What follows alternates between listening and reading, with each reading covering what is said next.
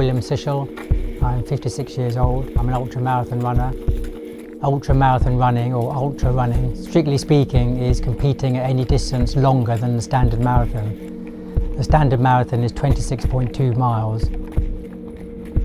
I was an ordinary marathon runner. I was good club standard. I was knocking out 2:38 marathons.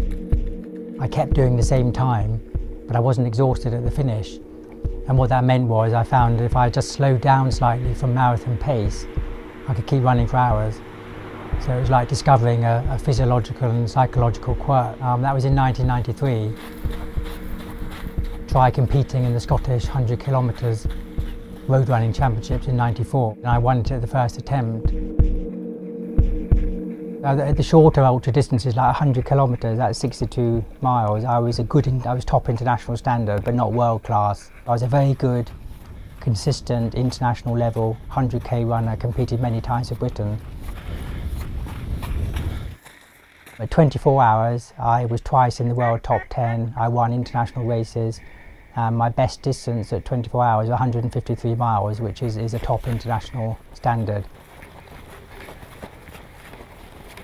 Once I went above 24 hours, that's when I really became world class, world number one. I've never been beaten in a race longer than 48 hours. We're heading down Aviemore. We'll have a quick food stop at Aviemore. We'll continue on. Blacksburg's the next point. We're following the railway line all the way down. It's about 11 miles this section. Okay, well, I'll see you later then. Okay, take care. Good run. Bye. Very detailed in preparation, every aspect, the mental, physical, the training, clothing, tactics, foot preparation, nutrition, psychology. I tick all the boxes. So what I'm doing is I'm narrowing down the chance that anything can go wrong. Every single season I've improved, and my results have improved, world rankings have improved, and performances have improved. There's been no slowdown as yet. But when you go into areas of yourself and your mind that you wouldn't otherwise access, which is why for some people ultra running does have a spiritual context, simply because, as I say, it's a bit like the layers of an onion. You go very, very deep, and also it's one of the reasons why in almost every ultra race a third to a half of the competitors don't finish. For people like myself at the top of their sport in ultra running, we don't even get a fraction of the recognition of the top marathon runners.